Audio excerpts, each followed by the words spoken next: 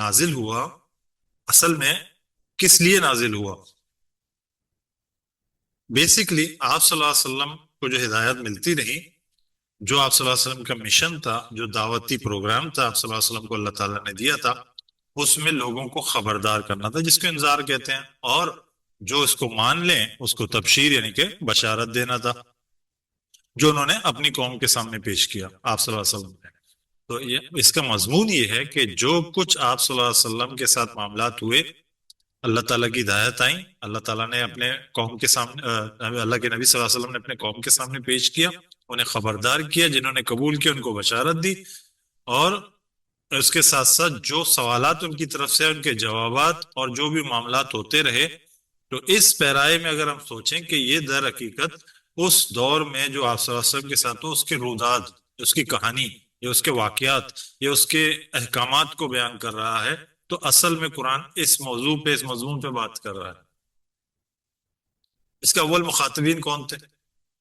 اول مخاطبین آپ صلی اللہ علیہ وسلم، جب بھی کوئی نبی آتا ہے، جب بھی کوئی رسول آتا ہے، تو اس کے اول مخاطبین اس کی قوم ہوتی ہے۔ آپ پورے قرآن اٹھا کے دیکھ لیں کہ حضرت اذ قال موسیٰ لقومہ، اپنے قوم سے کہا، اسی طرح لوط علیہ السلام کے لیے، نوح علیہ السلام کے لیے، ابراہیم علیہ السلام کے لیے، سب کے لیے یہی الفاظ آپ کو ملیں گے کہ اپنی قوم کی طرف گئے، اپنی قوم انہی کی زبان میں بات کرتے ہیں۔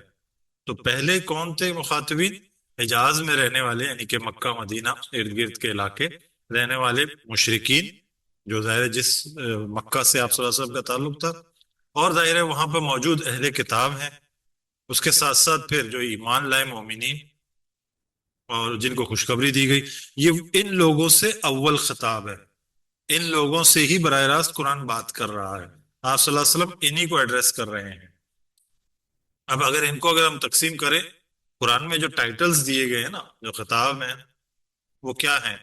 المؤمنون اگر ہم پڑھتے ہیں، یا ایھا الذین آمنو پڑھتے ہیں، مؤمنون اسم کے طور پر ہے، مطلب جمع ہے ایمان لانے والے، اور یا ایھا الذین آمنو، اے وہ لوگوں جو ایمان لائے ہو، یعنی کہ ایمان لانا ہے۔ وہ لوگ کون تھے؟ صحابہ کرام۔ یہ جو ٹائٹل آتے ہیں، یہ در حقیقت خطاب صحابہ کرام سے۔ کہیں کہیں وہ منافقین بھی ہیں، ظاہری طور پر ایمان لے آئے تھے، لیکن ان کو بھی کبھی کبھار اکٹھے ہو کر انہی القاب سے پکارا گیا، انہی ناموں سے پکارا گیا، المؤمنون یا ایھا الذین آمنو میں۔ اچھا، کبھی کبھار المنافقون کا لفظ ہمیں ملتا ہے، یہ بھی خطاب ہوتا ہے، تو اس سے مراد وہ براہ راست ان منافقین سے اللہ تعالیٰ کا خطاب، بلکہ اس میں پوری سورہ ہے۔ المشرکون کا لفظ ہم پڑھتے ہیں قرآن کریم میں، یہ در حقیقت وہ جو شرک میں مبتلا اہل مکہ کے لوگ تھے، ان سے خطاب ہے۔ اسی طرح اہل کتاب، اہل کتاب میں یہود و نصارہ، بنی اسرائیل، جن کے پاس پہلے سے اللہ کی طرف سے کوئی کتاب موجود تھی، جو کہتے تھے کہ ہم تو اہل کتاب ہیں، یہ امی ہیں، بغیر شریعت، بغیر کتاب والے مکہ کے لوگوں۔ تو اسی طرح قرآن نے بھی اسی طرح اسی نام سے ان کو پکارا۔ تو یہ ان سے در حقیقت اللہ تعالیٰ خطاب کر رہا ہے، اور یہ جو ٹائٹلز آپ دیکھ رہے ہیں قرآن کریم ان کو ایڈریس کر رہا ہے۔ یہ بات اگر ہمارے ذہن میں کلیئر ہے تو اگلی باتیں سمجھنا ہمارے لیے آسان ہو جائیں گی۔ اب جب ہم قرآن کو پڑھتے ہیں تو میں نے پہلے کہا نا، کوئی بھی کتاب پڑھتے ہیں تو ہمیں کیا پتہ ہونا چاہیے؟ تو قرآن کو پڑھتے ہوئے کچھ چیزیں معلوم ہونا کہ ہم کیا پڑھ رہے ہیں۔ عام طور پر ہمارا رویہ بڑا مختلف ہوتا ہے قرآن کے بارے میں۔ بہرحال اس ڈیٹیل میں نہیں جاتے، ہمیں مقصد اپنی کلاس سے متعلق رہنا ہے۔ تو ہمیں پتہ ہونا چاہیے آیات کس سے مخاطب ہیں، اس وقت آیات کس سے بات کر رہے ہیں۔ خود نبی صلی اللہ علیہ وسلم سے بات ہو رہی ہے، ان کو کوئی حکم دیا جا رہا ہے، ان کے بارے میں بتایا جا رہا ہے، یا مشرکین کے بارے میں بات ہو رہی ہے، ان سے بات کی جا رہی ہے، یا اہل کتاب سے بات کی جا رہی ہے، یا کسی سے بھی جو بات کی جا رہی ہے، تو ہمیں پتہ ہونا چاہیے خطاب کس سے ہے۔ اس سے بہت ساری باتیں کلیئر ہو جاتی ہیں۔ دوسری چیز، ہمیں یہ بھی پتہ ہونا چاہیے کس دور کی آیات ہیں۔ دیکھیے، ابتدائی دور میں آپ صلی اللہ علیہ وسلم نے جب اپنا دعوتی مشن رکھا، اور شروع میں تو بتایا جاتا ہے کہ 3 سال تک تو خفیہ طور پر یہ معاملات رہے، لوگوں کو فردن فردن آپ صلی اللہ علیہ وسلم بتاتے رہے، لیکن پھر قرآن میں وہ اعلان کا پتہ چلتا ہے کہ آپ صلی اللہ علیہ وسلم کہا گیا اپنے رشتہ داروں کو کھلے عام کہہ دو۔ پھر وہ دعوت کی گئی، اہتمام کیا گیا، اور کھل کر یہ بات بتائی گئی کہ میں اللہ کا نبی ہوں، اور اللہ کی طرف سے یہ میں پیغام لے کر آیا ہوں، ایک اللہ کی عبادت کرو، چونکہ وہ مشرک تھے سارے، تو یہ جو دور تھا ابتدائی دور تھا، اس وقت تک انہوں نے اگنور کیا، مانے تو نہیں، اگنور کیا۔ پھر اگلا دور آیا، پھر انہوں نے ریزسٹ کرنا شروع کیا، مطلب اس کے جواب دینا شروع کیے، نہ ماننے کی وجوہات بتائیں، اور بہت ساری چیزیں اپنے دلائل پیش کرنا شروع کیے۔ پھر وہ بھی کامیاب نہ ہو سکے، اس میں بھی کامیاب نہ ہو سکے، تو اگلے دور میں پھر انہوں نے سختی کا معاملہ کیا، مطلب صحابہ کرام کو تشدد تک کے معاملات کیے۔ پھر آخر معاملات اتنے خراب ہو گئے کہ مکہ کے آخری دور میں آپ صلی اللہ علیہ وسلم کے قتل کے در پہ تھے، اور بس اللہ تعالیٰ کے حکم سے اللہ کے نبی صلی اللہ علیہ وسلم ہجرت کرتے ہیں مدینہ میں۔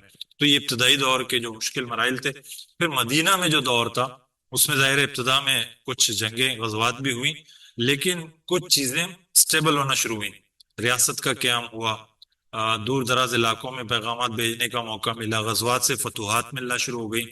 پھر اس کے بعد جو ہے حکومت قائم ہوئی، اور ظاہر ہے پھر قوانین بنے، پھر باقاعدہ اسٹیبلش، نماز بھی جیسے اسٹیبل ہو گئی تھی، ہمارے باجماعت نماز ہو گئے تھے، روزے کے احکامات ملنا شروع ہو گئے۔ سورہ البقرہ پورا اس کا واقعہ کو بیان کرتا ہے، کیا کچھ وہاں دیا گیا۔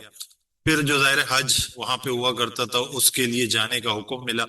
تو یہ ساری چیزیں مدینہ میں ہونے لگے۔ پھر آخری موقع یہ تھا کہ جو جن پر ابتدائی دعوت تھی، یعنی کہ بنی اسماعیل، یعنی کہ اہل مکہ، جن میں سے جو ایمان لائے وہ صحابہ کرام ہوئے، جو نہیں لائے وہ مشرکین یا منکرین کہلائے، ان میں سے ہر ایک فرد ایمان لے آیا، یعنی کہ اسلام میں داخل ہو گیا، مطلب ان میں سے یا تو بچے نہیں یا وہ اسلام میں داخل ہو گئے۔ تو یہ ایک دور آخری دور تھا۔ تو مطلب اس طرح ادوار کا ہمیں پتہ ہو کہ یہ آیت کس دور کی ہے، تو بات کو سمجھنا اور آسان ہو جاتا ہے۔ اچھا، پھر کوئی آیت ہم پڑھ رہے ہیں، مثال کے طور پہ 2-3 آیتیں ہمیں ملی اور ہم اس کو پڑھ رہے ہیں، ترجمہ بھی ہم نے کر لیا، لیکن ہمیں پتہ ہو کہ ان آیت کا موضوع کیا ہے، کس موضوع کے تحت یہ بات ہو رہی ہے۔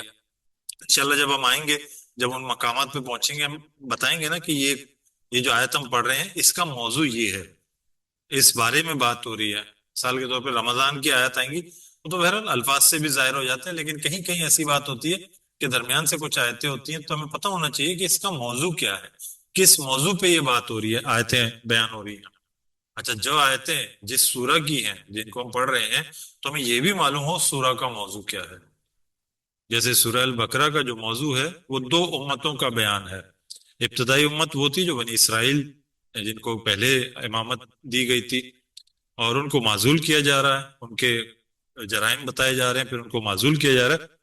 پھر نئی امت بنی اسماعیل کو جو ہے اس منصب پہ فائز کیا جا رہا ہے، ان کو اس منصب پہ بٹھایا جا رہا ہے۔ تو اب یہ ابتدائی پیسج کو ہم پڑھیں گے تو ہمیں پتہ ہوگا بنی اسرائیل سے خطاب ہے، موضوع کیا ہے، ان کو معزول کیا جا رہا ہے۔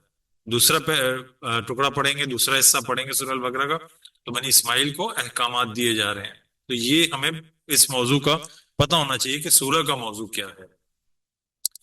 اچھا، ان سب کے بعد اب جب چونکہ قرآن ہم کہتے ہیں نا یونیورسل بک ہے، یہ جملہ بھی بڑا عجیب ہے۔ قرآن کب یونیورسل ہوتا ہے، کب اس کے احکامات براہ راست یونیورسل ہیں؟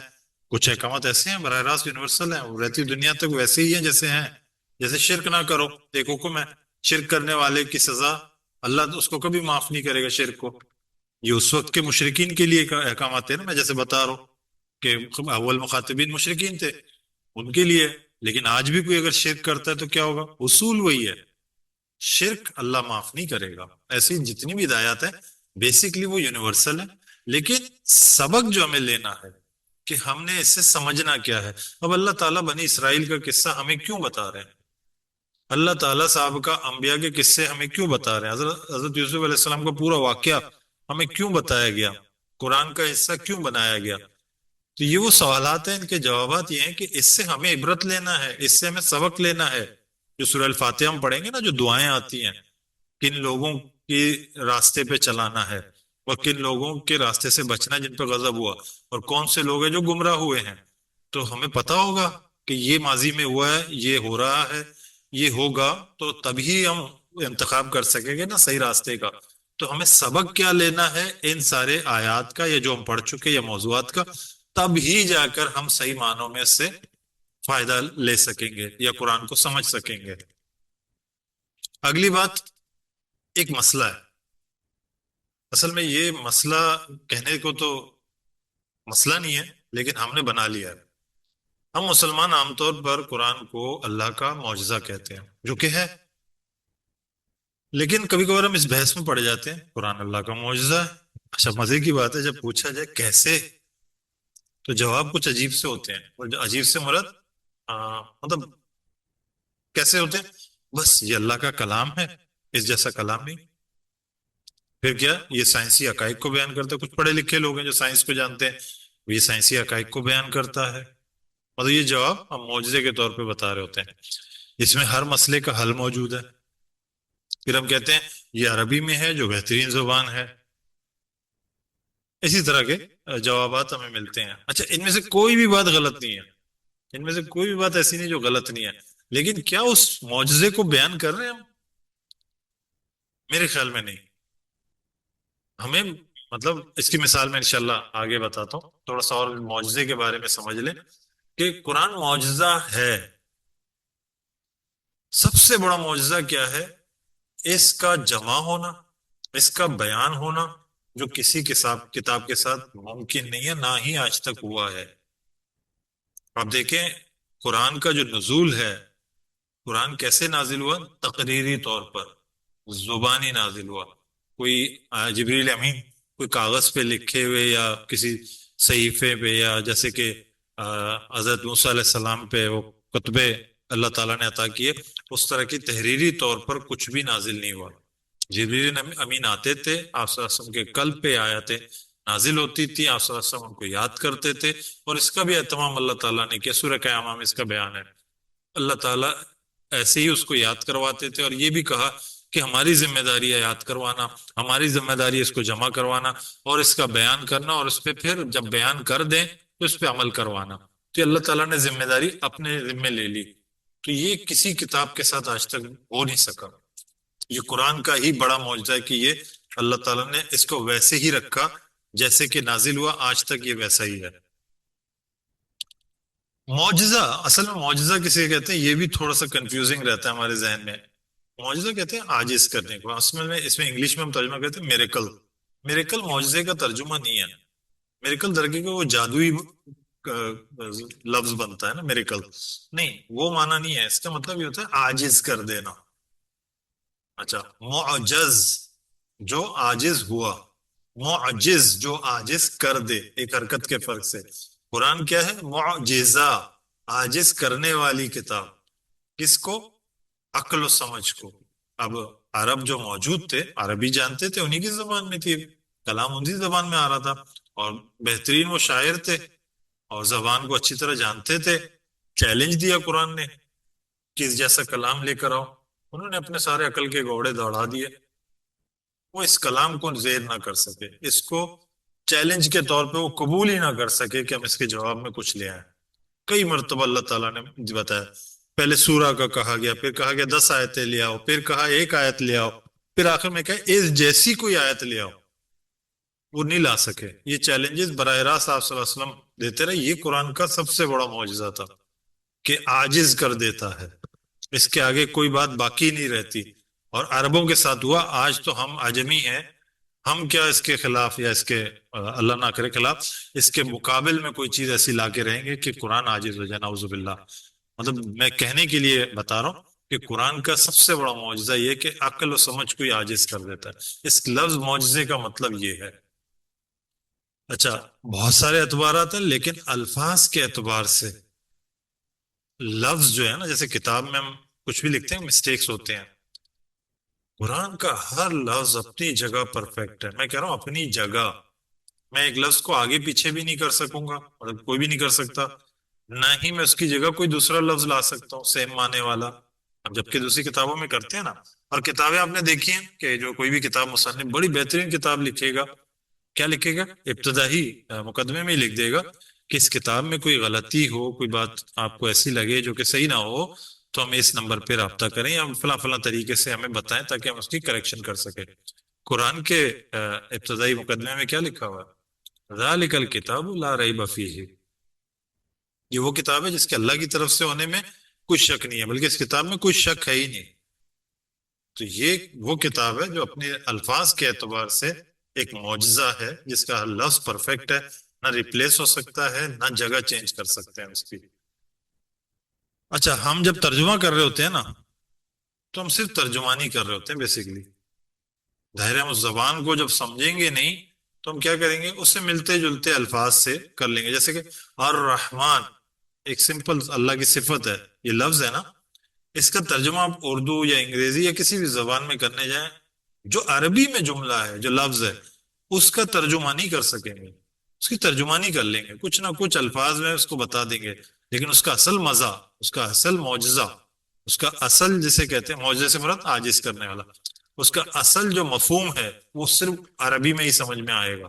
جب ہم اس کو سمجھیں گے، اس کے وزن کو سمجھیں گے، تو ہمیں ترجمے کی ضرورت ہی نہیں پیش آئے گی، آخر ہوگا یہ کہ ہم الرحمن کو الرحمن ہی بول دیں گے۔ دوسری چیز جو ہم سمجھتے ہیں عام طور پر جو کہ ہے، قرآن علم کا سمندر ہے، ہر لحاظ سے ہے، ویسے ہی الفاظ کے اعتبار سے۔ اب چونکہ ہم یہاں پر قرآن کو الفاظ کے اعتبار سے دیکھ رہے، تو الفاظ کے اعتبار سے بھی قرآن علم کا سمندر ہے۔ اگر میں کہوں کہ ایک شعبہ الفاظ کا ہے تو سب سے بڑا شعبہ یہ ہے قرآن کا۔ اگر علم کے میدان میں، مطلب الفاظ کے میدان میں کوئی قرآن کا مطالعہ کرے، وہ اس سے کبھی سیر نہ ہوگا۔ اچھا، عام طور پر جب ہم کہتے ہیں نا علم کا سمندر ہے، اب کہتے ہیں نا سمندر گہرا ہے، اس میں کوئی شک ہے کہ سمندر گہرا ہے؟ جو اترا ہے، جو نہیں اترا، ہر ایک کے لیے یہ بات یقینی ہے کہ سمندر میں گہرائی ہے، اس میں کوئی شک نہیں ہے۔ لیکن اس کی جو گہرائی ہے، اس کی جو خوبصورتی ہے، تو یہ تو وہی جانے گا نا جو اس میں اترا ہے، اس کا اصل مزہ تو اسی کو ملے گا۔ کہ سمندر گہرا تو کہنا بڑا آسان ہے، وہ ہے، باہر کھڑے ہو کے میں بھی کہہ دوں سمندر گہرا ہے، اس میں کوئی جھوٹ نہیں ہے، لیکن جب میں یہ کہتا ہوں نا گہرا ہے اور اندر جا کے یہ کہتا ہوں، وہ کچھ اور ہی بات ہوتی ہے، اس کی خوبصورتی کچھ اور ہوتی ہے۔ باہر کھڑے رہ کر ہم نہ اس کی خوبصورتی کو پا سکتے ہیں، نہ اس کے خزانے ہمیں پا سکتے ہیں۔ باہر کھڑے ہو کر کیا ہو سکتا ہے؟ یہ پاسبل ہے؟ نہیں ہو سکتا۔ ایسے ہی قرآن علم کا سمندر ہے، اس میں کوئی شک نہیں ہے، لیکن وہی بات جو سمندر کے لیے ہے، اس کی خوبصورتی وہی دیکھے گا جو اس کی گہرائیوں تک اترے گا، اس کے الفاظ کو جانے گا، اس کی گہرائیوں کو جانے گا، تب وہ کہے گا نا کہ اللہ الرحمن کیوں ہے، اللہ الرحمن کے ساتھ الرحیم کیوں لا رہا ہے، اللہ کا نام اللہ، اللہ کا نام رب، یہ اللہ تعالیٰ نے جو کچھ بیان کیا گیا، ایک ایک لفظ کی جو گہرائی ہے، اس کا لطف اسی وقت آئے گا جب وہ اس گہرائی میں اترے گا۔ اب ہم سطحی طور پر تو بہت کچھ جانتے ہیں، لیکن گہرائی میں اتر کے جو لطف ہے وہ میرے خیال میں کسی صورت میں بھی نہیں ہے۔ اچھا، ہم جو یہ کلاس ہے، اب اس کو ہم کنکلوڈ کرتے ہیں، ہماری جو یہ کلاس ہے آسان قرآن کلاس، اس کا مقصد ہے، بنیادی طور پر یہ مقصد ہے، ویسے جیسے میں نے ابتدا میں کہا بہت ساری چیزیں قرآن کے حوالے سے کی جا رہی ہیں، ہم جس مقصد کے تحت یہ جمع ہے کہ جب بھی ہم قرآن کو پڑھیں نا تو پورے اعتماد کے ساتھ پڑھیں، اس کے اس معجزے کو محسوس کریں کہ میری عقل اور سمجھ اس کے آگے عاجز ہو گئی، جو یہ کلام کر رہا ہے، جس انداز میں کر رہا ہے، جو الفاظ کا انتخاب کر رہا ہے، جس میں کوئی غلطی ممکن نہیں، اس کو میں تبدیل نہیں کر سکتا، اس اعتماد کے ساتھ اس کا مطالعہ کریں، پھر کوئی کوشچن باقی نہیں رہے گا۔ اور یہ کب ہوگا؟ جیسے میں نے کہا اس کی گہرائی میں اتریں گے۔ یہ اس کلاس کا دوسرا مقصد ہے کہ کم از کم قرآن کو ہم اس طرح پڑھیں کہ اس کے کچھ الفاظ کی گہرائی لیں، کچھ الفاظ کی، لیکن سورہ الفاتحہ کے ساتھ ہم کیا کریں گے؟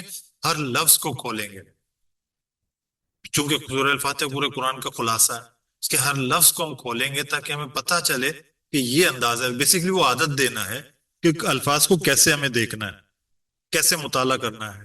باقی سورہ میں، مطلب سورہ البقرہ، باقی جو ہم پڑھیں گے قرآن، کہیں کہیں یہ الفاظ کے ساتھ ہم معاملات کریں گے، ظاہر ہے تھوڑی سی روانی کے ساتھ چلتے چلے جائیں گے، ہر نئے آنے والے لفظ کو کھولنا شروع کریں گے، لیکن سورہ الفاتحہ چونکہ ابتدائی طور پہ ہم پڑھ رہے ہیں، اس کو پورا ہم پڑھیں گے، ایک کلاس، دو کلاس، تین کلاس میں ہم نے سورہ الفاتحہ کو ایک ایک لفظ کو کھول کھول کر پڑھنا ہوگا، تاکہ ہمیں اس کلاس میں جو مقصد ہے ہمارا وہ پورا ہو۔ وہ کیا ہے؟ اعتماد بحال ہو، قرآن کے اس معجزے کو محسوس کریں۔ اچھا، عام طور پر لوگ جمع ہوتے ہیں کہ قرآن کلاس ہے، لفظی ترجمہ بتایا جائے گا، یا ترجمانی کی جائے گی، یا تشریح کی جائے گی، تفسیر پڑھائی جائے گی، تو ان لوگوں کے لیے یہ کلاس بالکل بھی نہیں ہے، معذرت کے ساتھ۔ مطلب وہ سمجھتے ہیں کہ نا کہ ہم آئیں کچھ الفاظ ترجمے کے سیکھیں، رٹا لگا لیں اور ان کو یاد کر لیں اور یہی ہمارے کلاس کا مقصد ہے. اس کلاس کا مقصد یہ نہیں ہے. اس کلاس کا مقصد آپ کو قرآن مجید پورے احساس کے ساتھ پڑھانا ہے. ہم نے قرآن کو اپنے پورے احساس کے ساتھ پڑھنا ہے اور اپنے چشمے کے ساتھ پڑھنا ہے. جو میں کہہ رہا ہوں یا کوئی ترجمہ کر رہا ہے جو لکھا ہوا ہے وہ کچھ نہیں ہے. آپ نے کیسے اس کو لیا، یہ اصل اس کلاس کا ٹارگیٹ ہے. مقصد یہ ہے جب آپ 2-3 پارا مطلب پڑھ لیں گے، مطلب 2-3 صورتیں پڑھ لیں گے بڑی بڑی، تو آپ کو احساس ہوگا آگے چل کے اس لفظ کو تو میں جانتا ہوں اور اس کا ترجمہ یہ ہے، اس کی گہرائی یہ ہے. اور بالکل آپ اپنے چشمے سے پڑھنا شروع کر دیں گے، کسی اور کے چشمے کی ضرورت نہ پڑے.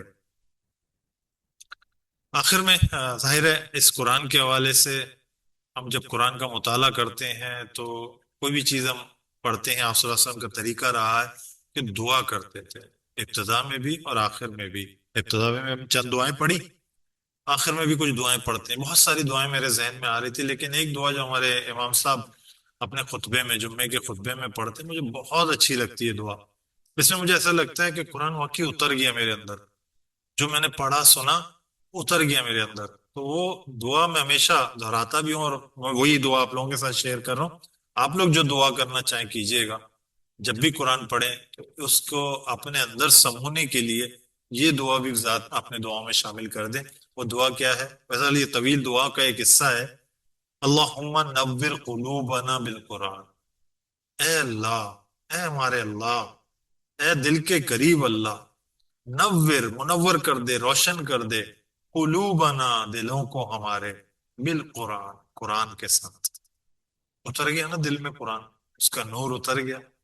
یہ دعا ہے اللہم نور قلوبنا بالقرآن. اے اللہ منور کر دے، نور سے بھر دے ہمارے دلوں کو اس قرآن کے ذریعے سے یا اس قرآن سے. اللہم زین اخلاقنا بالقرآن. اے اللہ مزین کر دے اخلاق کو، ہمارے اخلاق کو اس قرآن سے. یہ کیا ہے؟ یعنی کہ جو ہم نے قرآن کو اپنے دل میں اتارا اس کا عملی نمونہ بن جائیں ہم. ہمارے جو اخلاق ہیں، اخلاق کیا ہے؟ قرآن نے اس کو بیان کیا نا، عمل الصالحات. ہمارے اخلاق بھی اس قرآن کے مطابق ہو جائیں. قرآن کو پڑھا، قرآن کو سمجھا، قرآن کو دل میں اتارا اور اس کا ریفلیکشن ہم دنیا کو دکھائیں. تو یہ ہوتا ہے اللہم زین اخلاقنا بالقرآن. ایسی دعائیں اور بھی ہیں لیکن مجھے یہ بڑی خوبصورت لگی، میں نے کہا چلے میں اس کا حصہ بنا لوں. تو اس کا اہتمام کریں گے تو انشاءاللہ عزیز بہت ساری دعاؤں کے ساتھ اللہ تعالیٰ اس دعا کو بھی پر اثر بنائیں گے اور ہمارے دلوں میں قرآن اترے گا بھی اور ہم اس کے اخلاق کے وہ نمونے بھی بن کر لوگوں کے سامنے آئیں گے. در حقیقت دین پھیلتا ہی ایسے ہی ہے. دین ہمارے جو کہتے ہیں نا کہ اسلام جو ہے پھیلے گا، کوئی دیکھے گا اچھے مسلمان کو دیکھ کے پھیلے گا. ہمارے کردار اس قابل نہیں رہے کہ ہم وہ کہیں نا، علامہ اقبال نے کہا کہ قاری نظر آتا ہے حقیقت میں ہے قرآن. یہ بات، یہ راز مومن کو نہیں معلوم، مومن قاری نظر آتا ہے حقیقت میں ہے قرآن. بیسیکلی نظر آتا ہے یہ پڑھنے والا ہے لیکن وہ خود قرآنی نمونہ ہو، اس کے اندر سے قرآن جھلک رہا ہو. تو ہمیں یہ بننا ہے. اور یہ کب ہوگا؟ جب ہم قرآن کو خود پڑھیں گے. اور یہ کیسے ہوگا؟ جب اس کے الفاظ کو پہچانیں گے. تو اس کلاس کا بیسک مقصد یہ ہے کہ آپ لوگوں کو رٹا نہیں لگوانا، آپ لوگوں کو سمندر میں اتارنا ہے جس میں سے آپ موتیاں تلاش کریں، جس میں سے آپ خوبصورتیاں تلاش کریں، اس کے الفاظ کو پہچانیں، ان کو سمجھیں، پھر ان پہ عمل پیرا ہو جائیں. کیا ہی خوبصورت معاملہ ہوگا جب ہم قرآن کو پڑھ رہے ہوں گے، کوئی درمیان میں دوسری زبان نہیں ہوگی، براہ راست پڑھ رہے ہوں گے اور اس کا ترجمہ ہماری سمجھ میں براہ راست آ رہا ہوگا جیسے ہم اپنی زبان میں پڑھ رہے ہیں. پھر اس پہ عمل کرنے جائیں گے تو ہمارے پاس وہ آیتیں ہمارے اندر گونج رہی ہوں گی ہمارے ذہن و دل میں. اللہ تعالیٰ سے قبول فرمائے. اور انشاءاللہ عزیز اس کے بعد ہم جو اگلی کلاس ہوگی ہماری سورہ الفاتحہ کی ہوگی، اس کی ترتیب انشاءاللہ اس کلاس کے آغاز میں بتا دوں گا.